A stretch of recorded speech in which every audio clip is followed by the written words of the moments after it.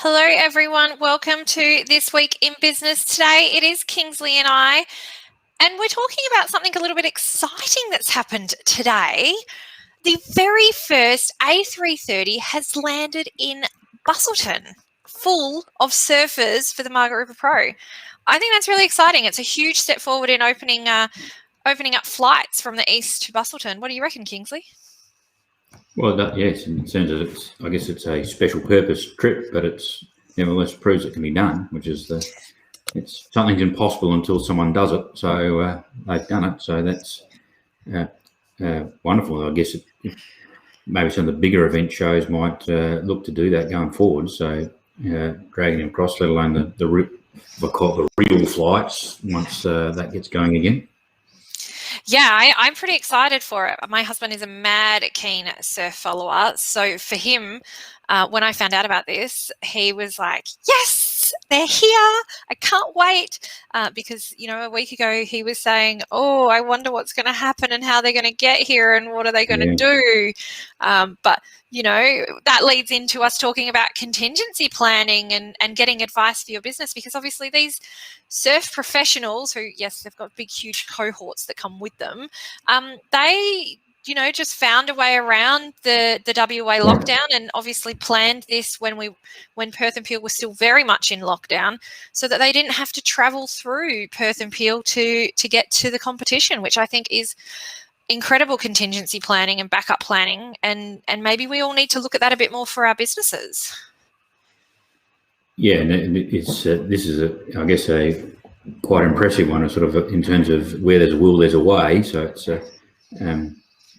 it's a wonderful example of someone, I guess, not accepting no for an answer and just keep looking for a way. So it's it is inspiration for other businesses, hopefully, to do the same thing.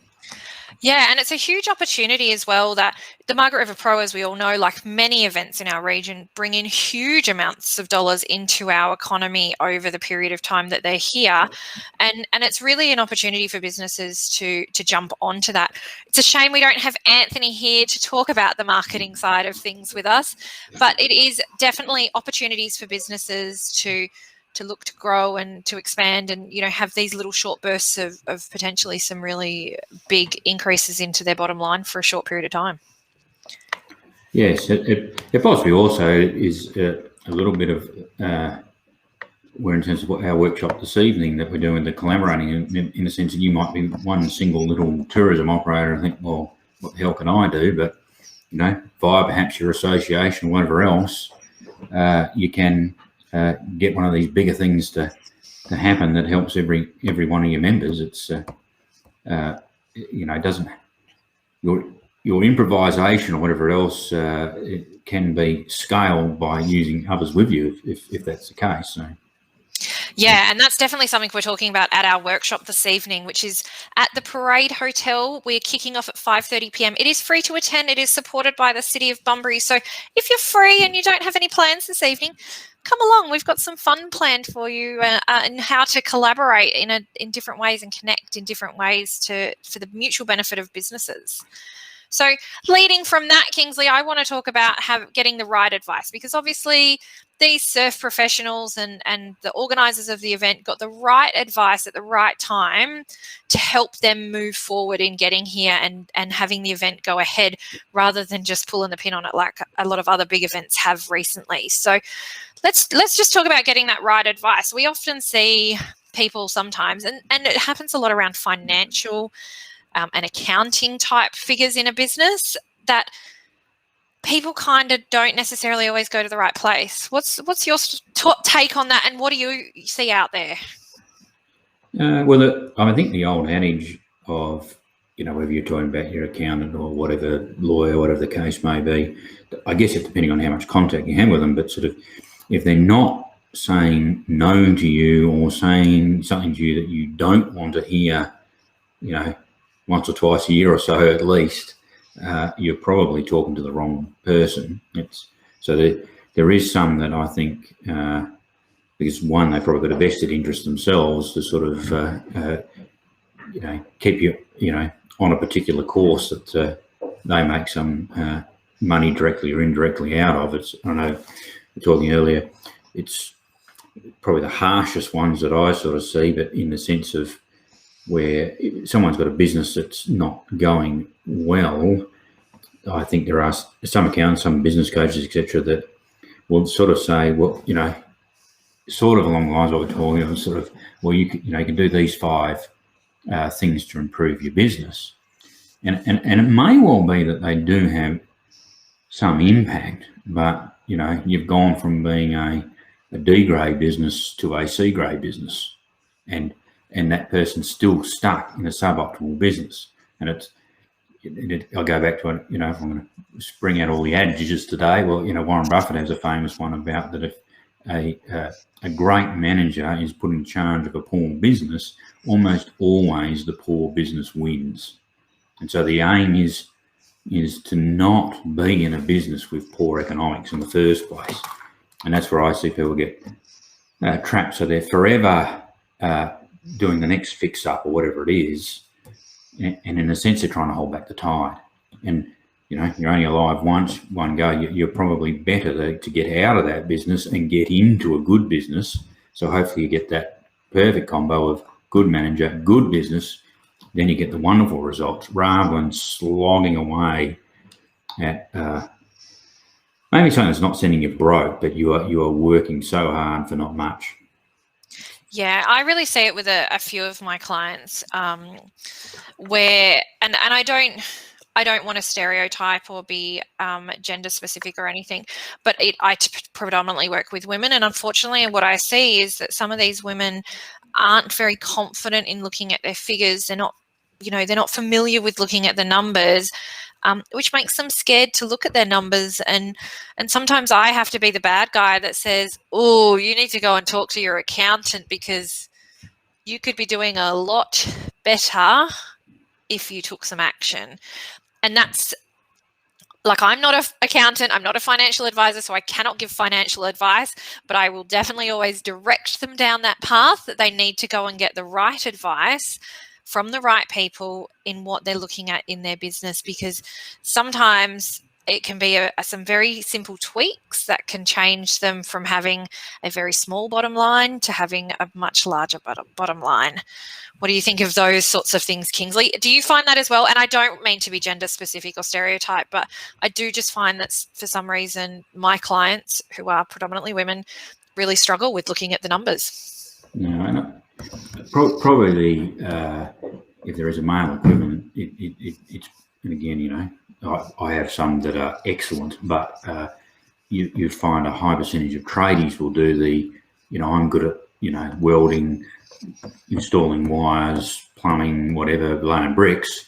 I'm not very good at figures, and that's okay, but sort of then you really are just running blind. If you're going to go and see your accountant once a year, then it's basically slog away at something for a year to finally find out whether what you were doing was good, smart, or otherwise. So I think you do need to make a modicum of effort to it. And again, as well, I know you've had either the pleasure or the displeasure of sitting through some of my seminars, it's just arithmetic. Yeah. People have got it in their heads that it's sort of a very advanced mathematics and this, that, and the other. It is just arithmetic. So you can understand it. If you're smart enough to be a plumber, you are absolutely smart enough to understand your figures. Yeah, I totally agree. And, coming to some of our workshops and seminars, we do have one coming up on tax planning next month. These sorts of things are really important because coming to those things, you will learn about what you can do in your own business. Kingsley freely shares his information that I suppose he probably charges people for, but through our workshops and seminars, he gives that information away. And even for my own business, I learned at our last tax planning workshop last year that I needed to take some action. So I, as a member of Business Assistant of BSW, I was able to sit down with Kingsley and look at my own financials, and we put a plan in place. And I think that's so valuable, is putting that plan in place and knowing where you're going, but also knowing what trigger points you need to go back and have that conversation with your accountant about, oh, maybe we need to take a different approach here. And, I'm just a home-based business, guys. I'm a virtual assistant, a work-life balance creator.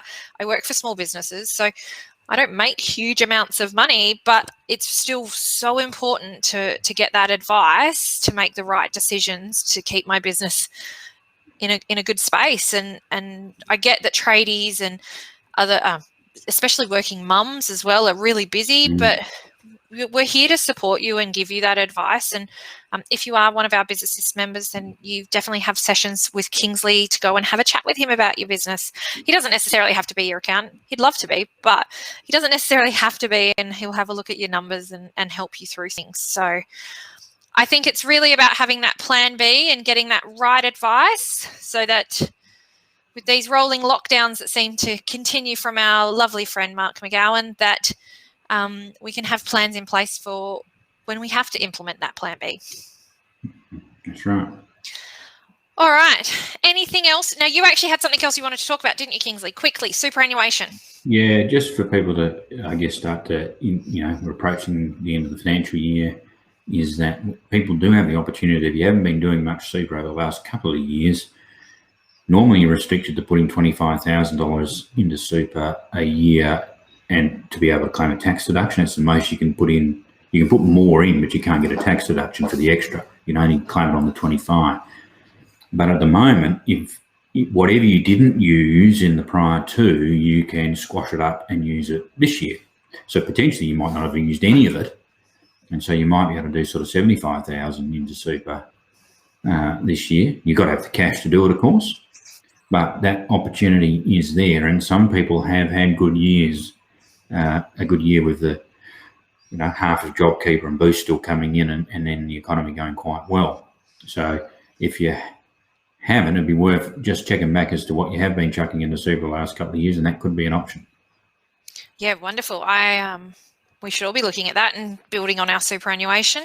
Maybe we'll try and get Kevin on one day to talk about the importance of putting into super, which we all know we should do, but sometimes we're a little bit bad at doing it, being business owners. So thank you so much, Kingsley, for this week, and we will talk to you next week again. We'll do it all over. Okay. All right. Thank you.